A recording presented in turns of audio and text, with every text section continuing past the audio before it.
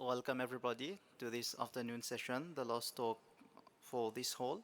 So we'll have using Python to assess landslide risk, a matter of life and death by Eric Matthes.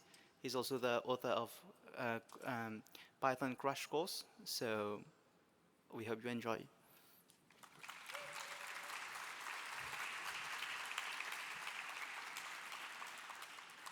Thank you for the introduction. Hello. I hope you're having a good conference, and thank you for making time to listen to this talk. This talk discusses natural disasters, including incidents that have involved fatalities. There are no graphic images or specific discussions of fatalities.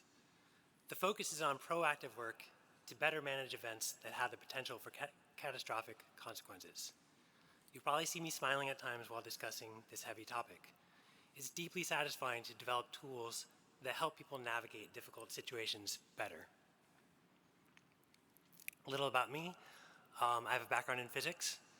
I spent 20 years teaching middle school and high school math, science, and some programming.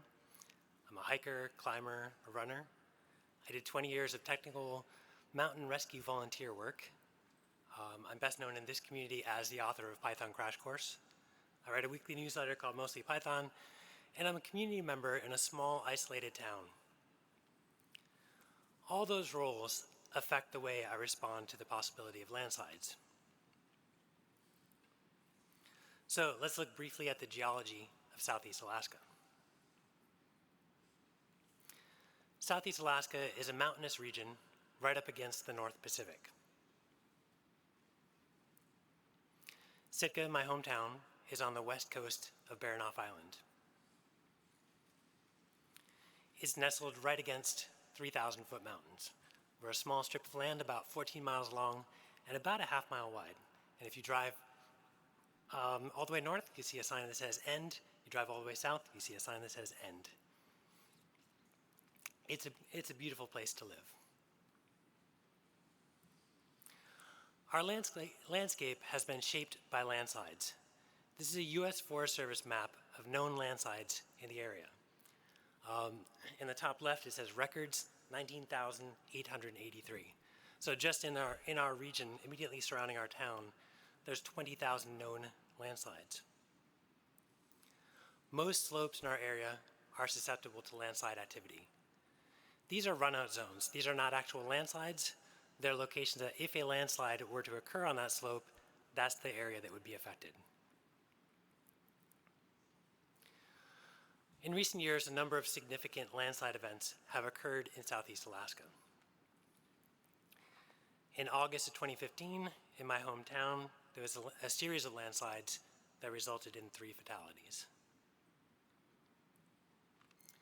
In Haines, which is northern Southeast Alaska, in December of 2020, there was a landslide that killed 2 people. And last year in Wrangell, which is eastern Southeast Alaska, there was a landslide that killed 6 people. So what happens after a landslide hits your community? To be honest, we went back to the mountains. The project I'm going to talk about is grounded in an enjoyment of place. As we processed what had happened, most of us went back to the mountains we had always loved. We watched bears in the estuary. We slept in beautiful places. And we visited waterfalls. This is my favorite waterfall to visit regularly. As a trail runner, this waterfall is my favorite destination. It's kind of one of my benchmarks in life. If I can run to that waterfall and back and feel good, I'm in decent shape. So I go there in all seasons. It's a good feeling when you start to know a place well. There's a trail all the way to the falls, but I've been there during snowstorms, after snowstorms, when I know that I'm the only person who's been there for a week. It's kind of nice to have a place like that to yourself that you know well. So we also see these places in all kinds of weather. This is looking upstream from a point about halfway to that waterfall. This is looking downstream from the same location. I was running this trail when the slides from August of 2015 happened. My friend and I were commenting as we were running on how much deeper than normal the small tributary streams were as we splashed through them. Normally they would go up to our ankles during heavy rain, and they were halfway up our shins and up to our knees in places. When we got off the trail that day, we learned of the landslides that had happened. From all this time in local places, a shared hypothesis emerged.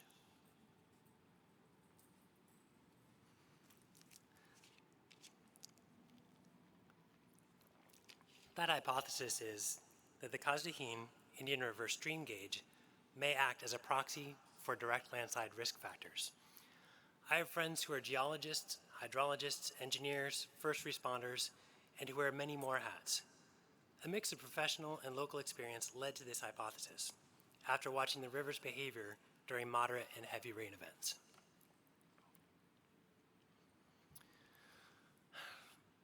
The two main factors that we were thinking about is that soil moisture content is the main contributor to landslide activity. So our question was, can the river's behavior be used as a proxy for factors such as soil moisture content? So rainfall is necessary for landslides to occur, but they actually happen because the soil becomes so moist that it loses its cohesive properties. My initial attempts to model and test that hypothesis included too many factors. This is my attempt, the August 2015 slides were accompanied by strong winds, which led people to focus on that as a significant factor. This work was done in November 2015 while I was teaching. I attempted to account for rainfall, wind speed, and river height, but I couldn't correlate all those factors with landslide activity successfully. So we refined the thinking around watershed-based monitoring. The river rises quickly when rainfall intensifies.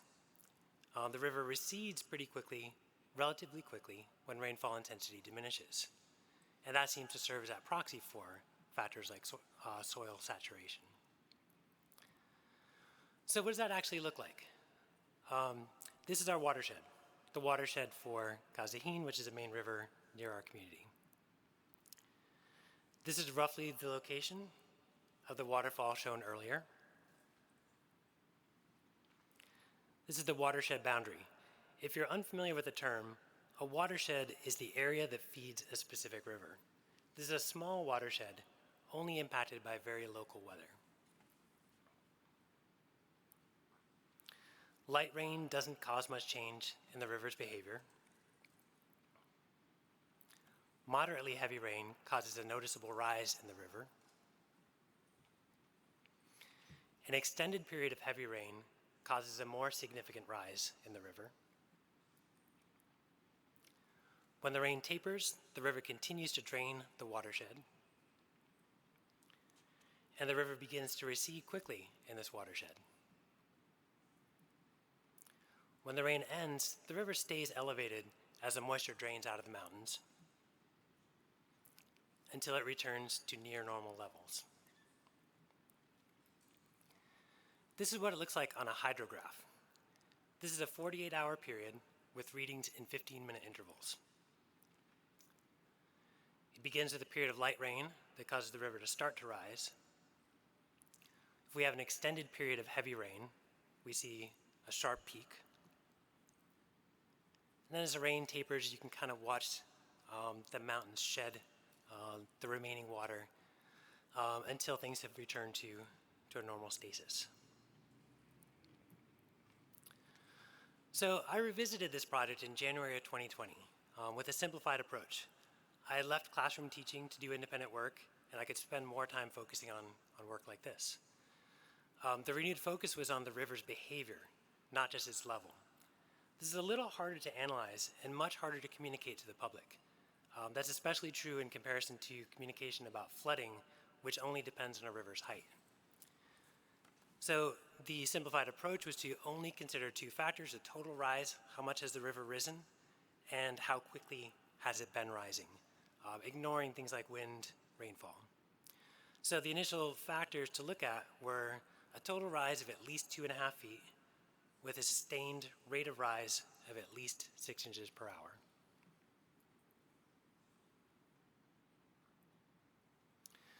So to understand that, what it looks like, let's focus on a specific event. This was an extended period of heavy rain in September 2019. And this is what the rain gauge looks like. If you pull up the USGS site, you'll see something like this. The USGS site, the scale adjusts as you're looking. So you can see a bump and it might look like heavy rain, but you have to look at the scale of the y-axis. This is all normalized. Most of this that you're seeing is normalized with a consistent y-axis. So these are all the data points. This is a 15-minute interval over a 48-hour period. Let's put ourselves in the middle of a period of heavy rain, trying to analyze the river's behavior in real time. So the question is that point on the far right of the graph, is it a critical point? Is it a point that indicates that we're in conditions comparable to known historical landslides? What we do to figure that out is to look back at the last reading. Was the total rise 2.5 feet? Sorry. We look back, this is the current reading. So we look back at the last reading, previous reading, and we ask, was that total rise 2.5 feet? And then was the average rate of rise 6 inches per hour? In this case, it's not. So then we look at the next point looking backwards. And we ask that same question. Was the total rise at least 2.5 feet? No, it wasn't. Was the slope 6 inches per hour? It wasn't. Do it again for each point. It's not. And you only have to look back about 5 hours. Longer intervals could not meet both of those criteria. And so this current point on the far right of the graph was not critical. I don't show you a critical point to start because right away I could see one of the surprising values of this project. It shows that letting us know when conditions don't match historical landslide conditions, even though it might feel like they do, has value. But if you run that analysis on all the points in the data set, you can start to identify the critical points. So this point is the first critical point in this heavy rain event. And these are all the critical points for that rain event. So every one of these points, at that moment in time, the river had risen at least 2.5 feet with a sustained rate of rise of 6 inches per hour. And during this rain event, a landslide did occur. There were no fatalities. If this approach was used for real-time monitoring, the first critical point would have been identified about 35 minutes before that slide occurred.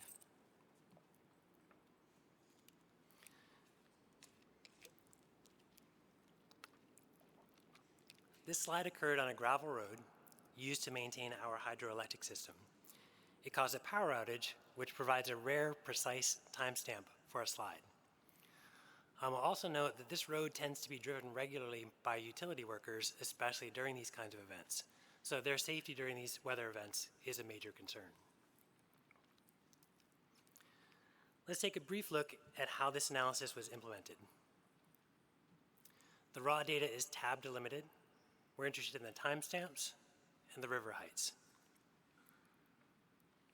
I made a name tuple called IR reading. It has two fields, a timestamp and the river height. The function getRise returns the distance between two heights. If you don't need to read this code closely. I'm just running through some of what it looks like. It was exploratory work. This code comes from an exploratory work over a period of about 7 years. Function getSlope returns the absolute value of the slope between 2 points. Note that this is in feet per hour. We need to load landslide data because we'll want to know if any slides occurred during those specific periods of heavy rain. The file knownslides.json is a handwritten JSON file compiled whenever a landslide occurs in town. It's used to generate Word and HTML files, and it's also used in analysis work. One of the most important fields is a timestamp. It's also important to note whether there was a power outage. If so, we can get an unusually precise timestamp for that event. And minor slides are really useful for calibration and monitoring tools, and so it's helpful to note URLs of local news stories at the time of an event. With that in place, we can start to read in all the data points from a data file that spans several years of stream gauge readings. There are multiple historical data formats to deal with, so there are several variations of this function. To do most of this work, I use standard library tools such as csv.reader. I set out to build a simple list of reading objects. We only keep readings where all the data is available for that point. And we'll get a sequence of readings to work with. The function, it returns a list of readings. So now we want to focus on 48-hour reading sets around interesting events such as critical points and known landslide events. The function getReadingSets iterates over all readings over a period of years and returns a list of lists representing those 48-hour periods. Note that reading set does not refer to the mathematical or Python set, it's just a subset of readings. This function first retrieves all landslides that occurred during the period covered by readings. It then scans the entire list of readings and identifies the individual data points where the river first entered a critical period. Then it pulls 48 hours of readings around all these critical point periods. We then get all the critical points in each reading set. We find out if a known landslide event occurred during that 48-hour period. If there was a relevant slide, we note that in the statistics. We determine the time between the first critical point and the landslide, which is often difficult to assess. And if this was a critical period without an associated landslide, we note that as well. The plotting function needs a reading set, the slide data, and the critical points, and we also summarize the results. So what were the results? After processing years of data, we get some interesting results. If this tool was in place in August 2015, the first critical point would have been identified about 41 minutes before that slide occurred. It was both encouraging and quite somber to see that output for the first time. The Matthes landslide that I showed earlier had a critical point about 35 minutes before that slide occurred. The output generates a summary of these overall results in addition to specific landslides. So what were the initial results? In a 5-year period, there were 9 critical periods.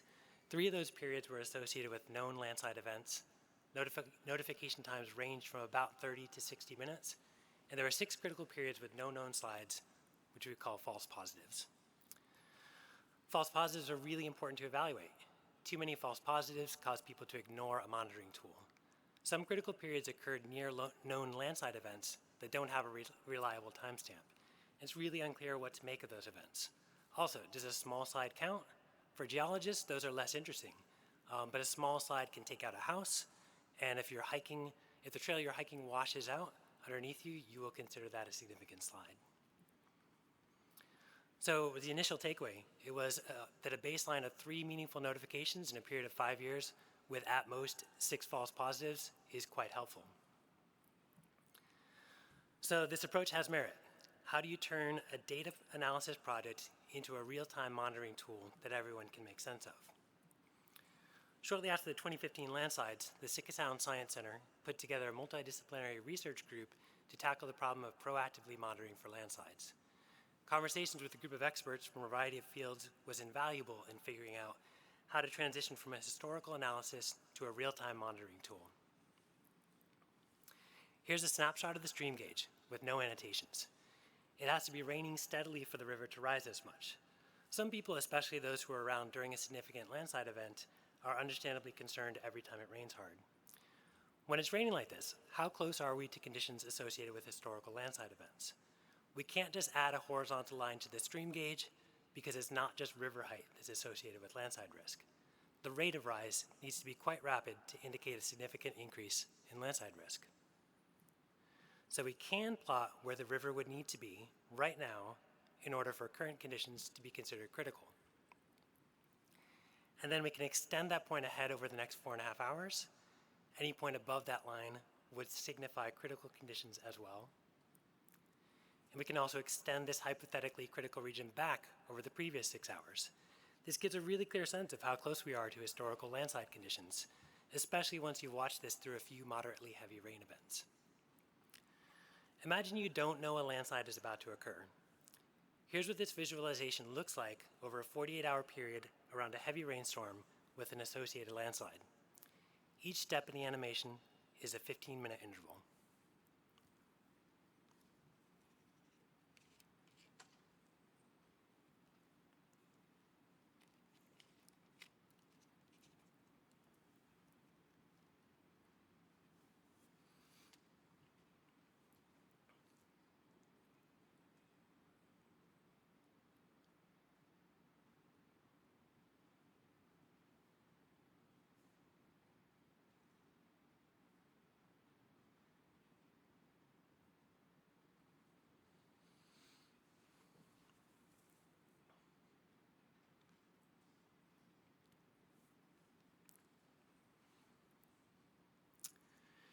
It's an interesting decision to release a tool as an individual that can have such a significant impact on people. I've gotten invaluable feedback from the landslide research group, but this work has been an individual project. Watching this tool during heavy rain events during the invite-only period was unsettling. I released it to the public in June of 2021. It's used by many people as a complement to official weather alerts and tools. I've always said that Django is a democratizing tool.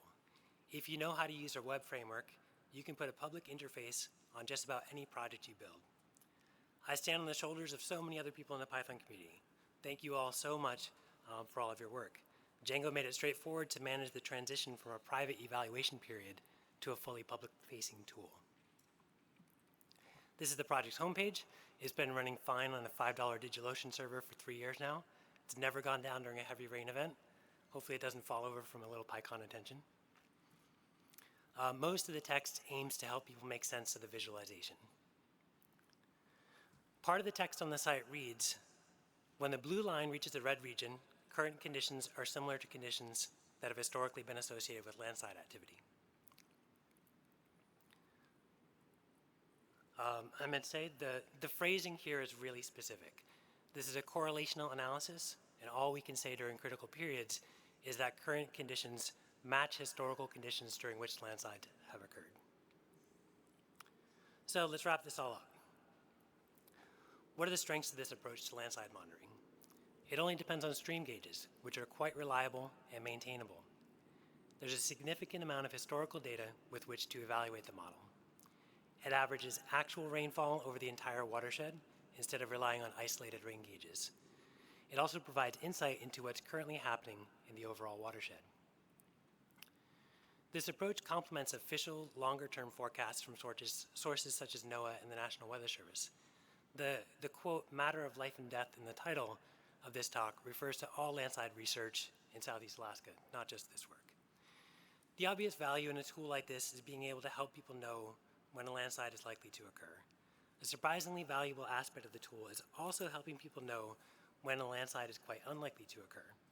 I've heard from numerous people who have reported that seeing the blue line far from the red region helps them relax when it's raining hard enough to remind them of previous landslide events. That was an entirely unexpected but incredibly valuable aspect of this work. Experiencing a catastrophic climate event is a traumatic experience that never really leaves you. Lightening the weight of that experience for people is one of the most satisfying parts of this work.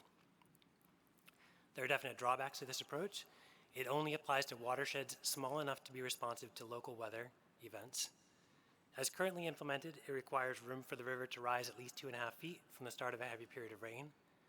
This approach has not been validated by practicing geologists and hydrologists. Also, notification times are on the order of 15 to 60 minutes, which is fairly tight. That said, this is a nice complement to existing forecasts that say things like, there's a possibility of landslides over the next 36 hours. Those official forecasts let people know to watch ongoing conditions more closely. This tool helps people assess current conditions during those heavy rain events. So what's next? I'm moving to North Carolina, and I can't maintain this from afar on my own. I hope to see this project taken over by an agency or local working group. The stream gauge's discharge rate is not limited by bank full. It may be a better indicator of landslide risk than just the river height. Also, amusingly, I discovered an off by one error when preparing these slides. When analyzing each point, I iterated in the reverse order from the diagrams I showed earlier. Interestingly, the implementation is valid because that's what's been evaluated. So I'm quite curious to see how the historical analysis changes after fixing that mistake. I'd also like to see if seismic data can be used to determine the timestamps of landslide events that aren't immediately observed. So a couple closing reminders. Your code doesn't need to be perfect in order to have real-world impact. And you can accomplish a lot with just a few libraries you're familiar with. Thank you for listening. Please feel free to get in touch if you have any feedback, suggestions, or questions. I'm not quite sure how time works for this, but if there are any questions and there's time, I'm happy to answer them right now.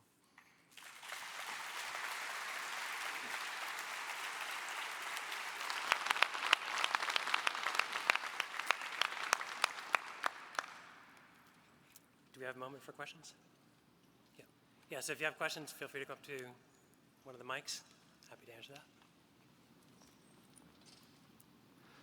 Hi, great presentation. I had a quick question about scalability. If you were to scale this to nationwide or continent-wide, is there a short list of additional variables, assuming grant funding, team of researchers, all that, that you would like to throw into this analysis as potential correlative variables? Yeah, so that's something I'm curious about. Where else is this applicable? It works because a watershed is small enough that the river does serve as a proxy for what's happening. And so it requires some kind of geographical analysis of finding out where those small watersheds are. I presented this work to the Alaska Pacific River Forecasting Group. And it's really been interesting to have conversations with different experts around this. They forecast river levels. So an interesting extension would be to integrate not just that, like, oh, where's the critical region over the next 6 hours, but what is the actual forecast for that river for those 6 hours? Yeah, definitely. Yeah. Thank you. Thanks for this. It was super interesting. Sure. I love how you just kind of went for this and made it happen. And I can tell you've been very thoughtful about the impacts of it.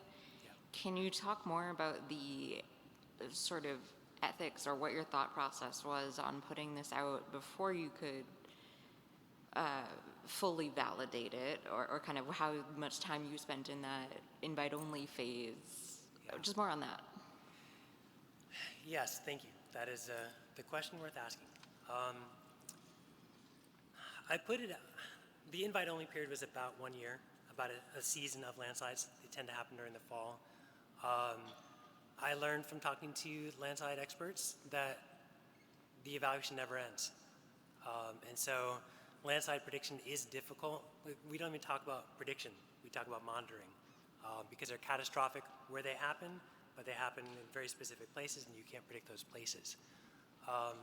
So the short way to answer that is just watching this during heavy rain events with my wife and the few people that I shared it with in town and seeing that those people could make sense of it.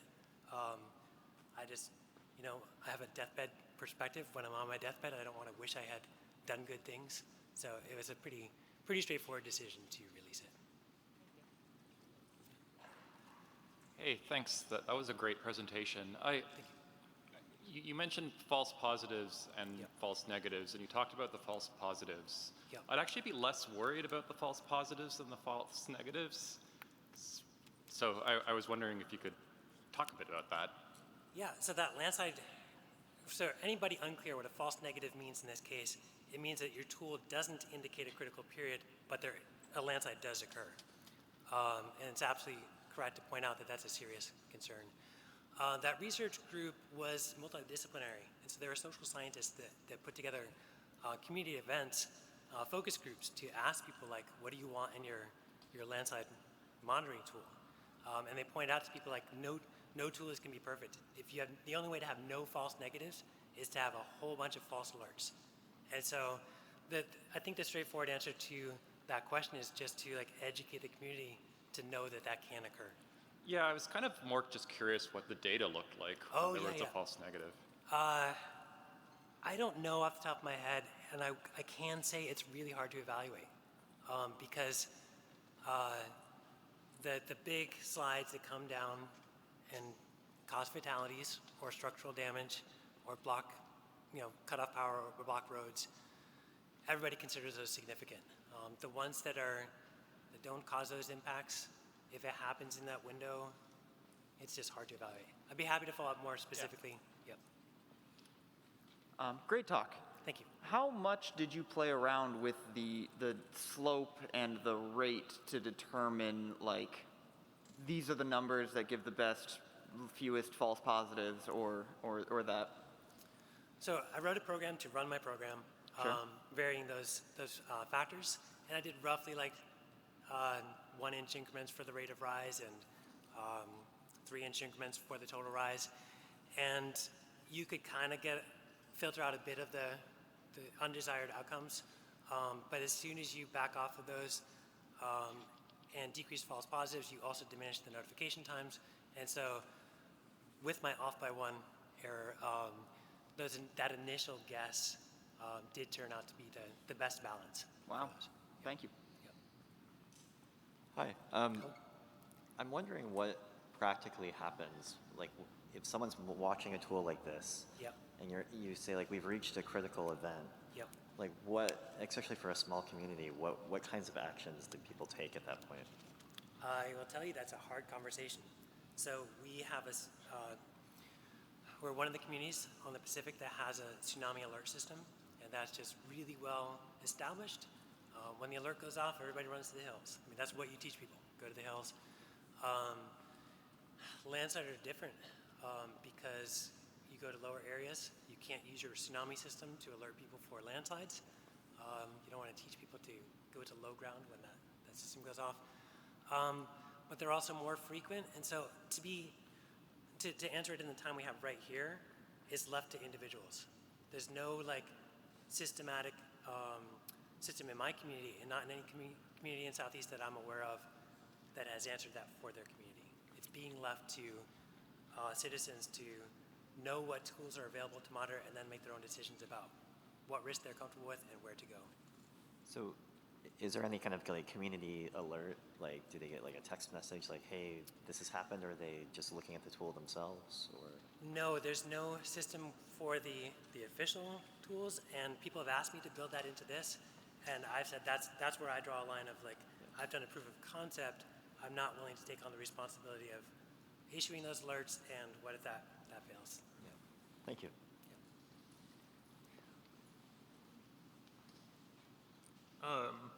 Correct me if I misunderstood, but I think you mentioned that it was difficult to get a list of all landslides because they don't record all of them. If they only record like the biggest events, or if they're like a certain size. So I was wondering if has anyone taken a look at like satellite photos or something? I don't know if they have them frequent enough to tell if like a landslide happened, but just curious if that's been brought up. So the slide that showed a bunch of gray marks, the Tongass landslide inventory, that's what that effort has been. And so they have identified 20,000 landslides from analyzing those images. I'm not quite sure where that plays in with like, on a months to years time frame.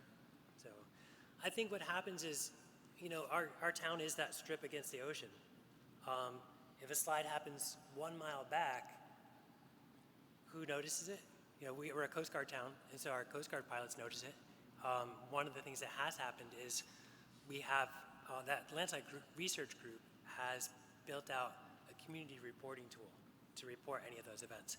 But then it's still a hard decision. Like, where's the boundary of, do we count this as something that would mean true positive or false positive? It's hard. One follow-up is like, is it easy to, I imagine it's not easy to identify where a slide's gonna happen. It's Right. just that a slide might happen. Yeah, the only way to tell where a slide will happen is to put soil moistures sensors on every slope and then do remote sensing. And there's been some efforts to do that, but that's very fragile and it takes a lot of work to maintain. You can do motion sensing, but again, that's really intensive. And so there are places where I think that's done, but it's pretty infeasible to do that in a short time frame over a large area. One of the things I like about this is it's one gauge, but it acts as that proxy for the whole area. We have implemented citizen-maintained rain gauges throughout town, and it's been really interesting to see that one spot will get 2 inches while another spot gets 7 inches. And that has to do with being a place where the marine clouds run up against the mountains, drop their water, and it very much depends on exactly where that gauge is placed. Thanks for your talk. I've actually been to Sitka before. It's a beautiful place, and I think it's really awesome that you've been able to do this, have your hypothesis, and go out there and analyze the data to try to prove it. It seems like what you did. You have one sensor that one specific sensor you're reading from, and you effectively did. Manual feature engineering, it might be called, on it. Yep. I think the rain gauges are interesting second source of information. Did you Yep. consider any other sensors as well? It was interesting. I'll reiterate that this was a shared hypothesis. And so, one of the things I was considering putting into the slides is Python has been called a glue language in the past. And it feels like all of us who know Python can become glue people, where you can like, notice expertise of other people and what's happening and kind of tie things together. So my role was being the kind of one person in town who could take that shared hypothesis and really evaluate it. And my first attempt failed for trying to put too many factors into it. So it was surprising how effective just focusing on the river factors was. There's lots of ways to expand it, bringing in more data. I'm kind of I don't know. I was gonna say, I came to the conference kind of at a place where I wanted to let go of this project. I'm moving away. I don't just say I want to walk away from it. I've been able to do this project from watching the mountains every day. There's an alert on the site right now that says this is not calibrated for spring conditions when we have melting snow, because I'm not quite sure how that affects the drainage. And so I know that I can't maintain this on my own from North Carolina, where we're moving this summer. But just talking to people here and listening to people here is so invigorating to like start to get back into this. So I don't think I'll walk away from the project, and I think I'll go back to more of that collaborative conversation with people in my community about where do we want to go as a group with this, and then how do we want to move forward with it. Thank you. Hey, Eric. You make me singularly proud to be a computer science teacher. And I know that you said that some of this work intersected with your classroom time, correct? Yes. So I was just curious if you had, what your students' experiences were watching you work on something that was so impactful and real, and if you have any anecdotes from that time. Yeah. Quincy and I have met over education summits in the past, I believe. I'll be clear, part of the reason that I couldn't put this together in 2015 was I was thinking of too many factors. Part of it was I was teaching full-time and writing full-time, and this was just something I tried to do in a few hours when I had it. So I couldn't do it with those initial factors, and I couldn't put enough time into it to take a different approach. So I didn't really dig back into this until I left the classroom in 2019. I am the author of Python Crash Course. It is my main source of income. I work full-time every 3 to 4 years for 6 to 18 months to keep that updated. And in the meantime, that book kind of like funds my open source work. And so this is one of those open projects that I get to really like dig into for 6 weeks at a time. And so it's really that, like I really had to step away from the classroom to be able to do this well enough to bring it to a public-facing point. That said, my students I was quite open with them about the work I was doing on an exploratory basis. That failed effort in 2015, I showed them during heavy rain events, like in the classroom, we'd pull up that rain gauge and just watch it. And so some of this comes from just conversation with students about their experiences just as members of the community. And so, the shared hypothesis, it's me with my different hats, it's my geologist friends and hydrologists, and it's just community members. Like, what is your experience of living in this community that's impacted by climate events? Well, thank you all. That's a longer question period than I expected, but I appreciate it. Thank you.